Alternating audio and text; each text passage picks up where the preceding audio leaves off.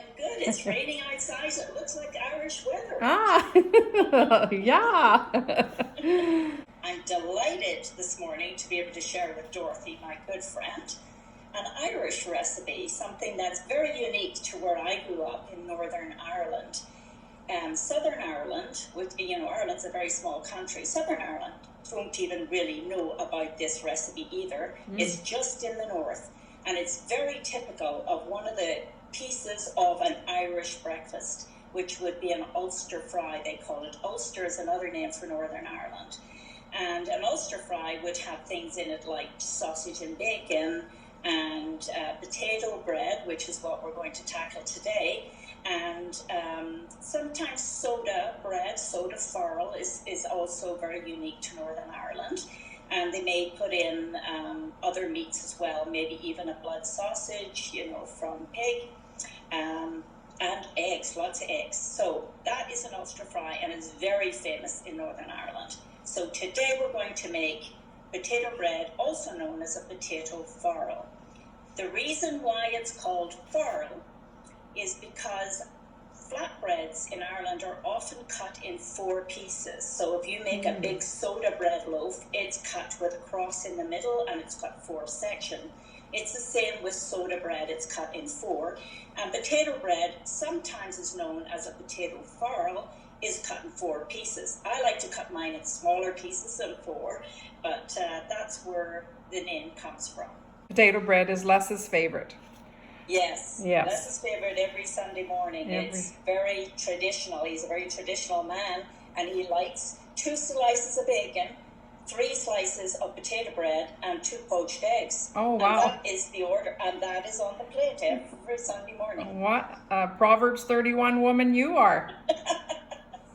So, Fran, do you remember how we met?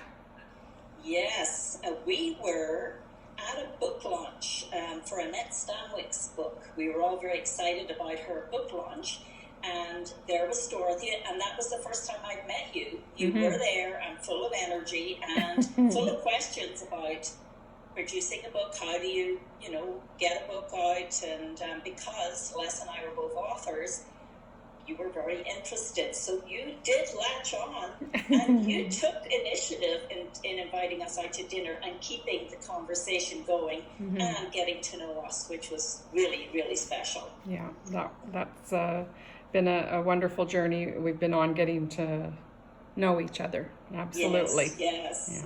So I look forward to our time together this morning, Fran. Yes. It'll be fun. Okay, the main ingredient in this recipe are potatoes, which is very traditional in Ireland.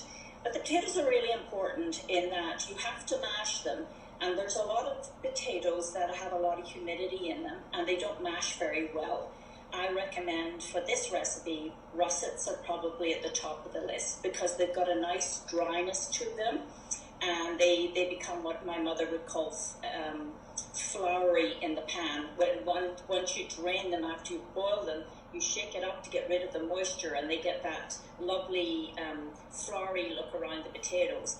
Russets do that very well. The other potatoes that I use are the yellow fleshed. That's what I've got today. So we've measured exactly 2 cups of mashed potatoes. Now they're getting mixed up. Yeah, I'm just talking about the mashing the potatoes in the mixer here with almost a full cup of flour, so it's getting mixed up with the butter and the salt.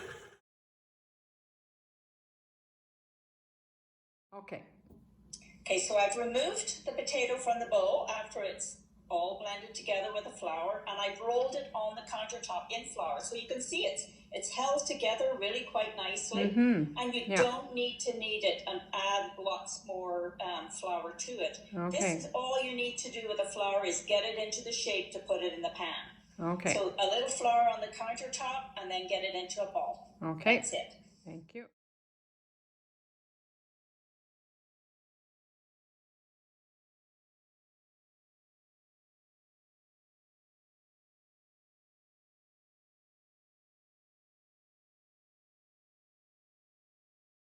Well, Fran, I know you really enjoy being in the kitchen, and you're such a good cook.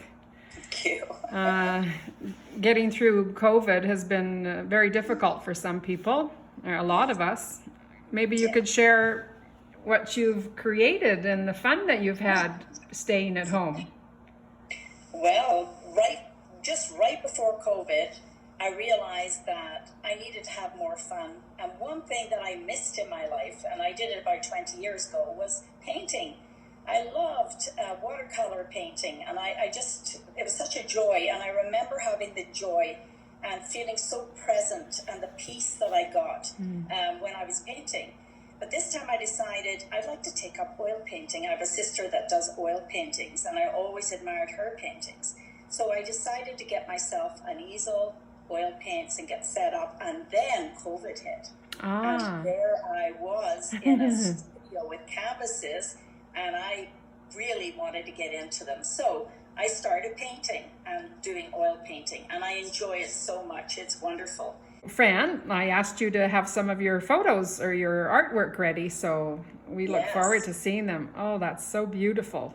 Look at that. That's one of trees. I love doing trees. Oh, wow. There's something about trees, and this is just like a really old, rickety birch forest with the old fence and the water, and I enjoy doing that one. It looks really good at a distance. It's not so good. In my eye, it's not as good close up, but enjoyed that. Beautiful. Yeah, he's quite dramatic. He's dramatic. And this one, I really love the atmosphere in this one. It's very lazy, laid back, with the little fishing boat. It actually did remind me of Italy a bit. This, I think, it's an Israeli painter that had this picture up to paint, and really enjoyed doing that one. The cloud took a long time. It was a lot of layers, but really enjoyed the colors in that one too. Thank you so much for joining me today, Fran. This has been very enjoyable, and I look forward to tasting that. So what will I enjoy it with? Okay, so the potato bread that we've just made, and after we slice it up into whatever size we want to have, that goes on the pan. It's a breakfast, delicious thing to have for breakfast. And bacon fried on the pan, and then people will add the potato bread to that fat from the bacon to fry it up. Okay. If you're not having bacon, you can put a little butter in a pan or a little oil and butter. I just think butter is one of those fats that just makes everything just taste so good. Yeah. So it needs to be fried in a pan so it's hot all the way through, and it crisps up a little bit more. We serve it with bacon, egg, and potato bread together. That's the breakfast that we would have. Yeah. And one of the things that we learned as children, what made it more delicious was marmalade. There's always marmalade in our house. Like anybody from Britain will say, "Where's the marmalade?" We like marmalade. It's not jam, it's marmalade. And so we spread very thin on top of the potato bread. While we're eating our bacon and our eggs on the plate, we have the potato bread with a little bit of marmalade. Oh, it is delicious. Really, really good. And you'll find as you make potato bread, you'll have different ideas of how thick you want it. You want it medium, you want it thick, you want it thin, sort of like a pizza crust. I like mine thin. So it's not as much potato, it's thinner, and it's crispy. Oh, it's so good. With the marmalade, highly recommend it. Awesome. And how do you say enjoy your meal in, like Italians say, bon appetit? Right. I only know things in Spanish. Yeah. Okay. Okay. Whatever you know. Yeah, say it in Spanish. What do they say in Spain? They would say aproveche. Oh, wow. Yeah. That's in Spanish? Aproveche. Yes, it's probably similar to Italian, isn't it? No? Bon appetit. Yes. Well, that's more like French.